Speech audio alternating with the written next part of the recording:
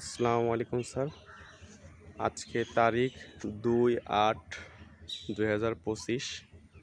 আমরা আমাদের যে লিচু গাছ আছে, চায়না 3 লিচু, অনেক ভালো একটা লিচু, মিষ্টি লিচু। সেই লিচু গাছে 10টা চারা কলম করছি চারার উদ্দেশ্যে।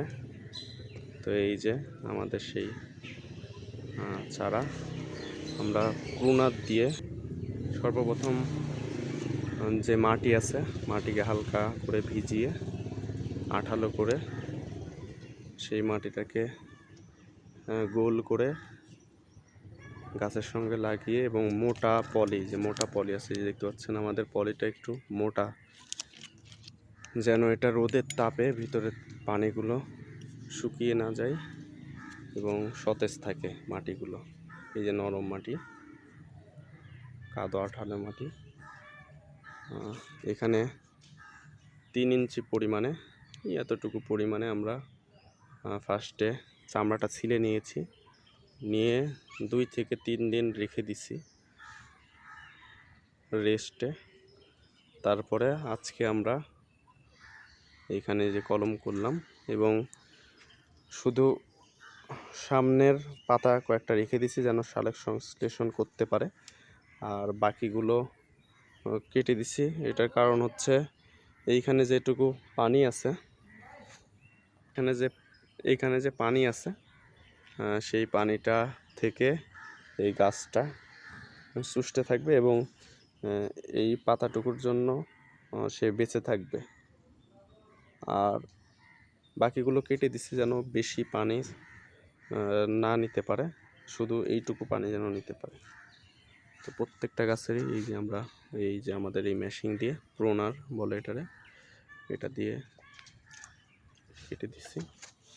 এই যে এখানে দুইটা,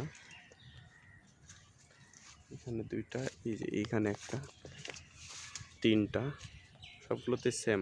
অল্প কিছু পাতা রাখছি, সতেজ পাতা যেগুলো আছে সুন্দর দেখতে, সেই পাতাগুলো রেখে দিচ্ছি।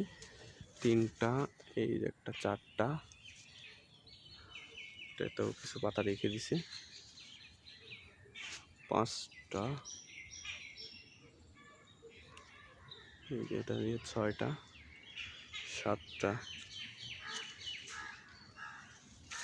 এই যে 8টা,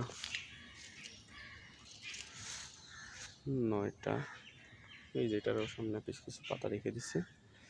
আর এই যে সর্বশেষ হচ্ছে 10টা। সো আমরা জানি যে গাছ শালক সংশ্লেষণের মাধ্যমে সূর্য থেকে তার খাবার গ্রহণ করে থাকে, বৃদ্ধি করে থাকে।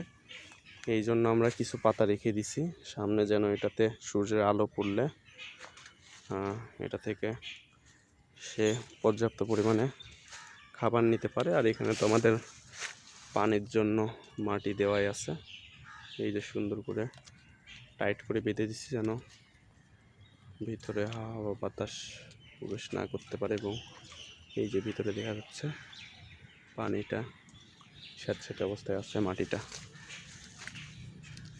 তো এই ছিল হচ্ছে আজকে আমাদের কলম করার। আমরা 10টা কলম করেছি, এখন দেখা যাক আমাদের রেজাল্ট কেমন আসে। ধন্যবাদ। আসসালামু আলাইকুম।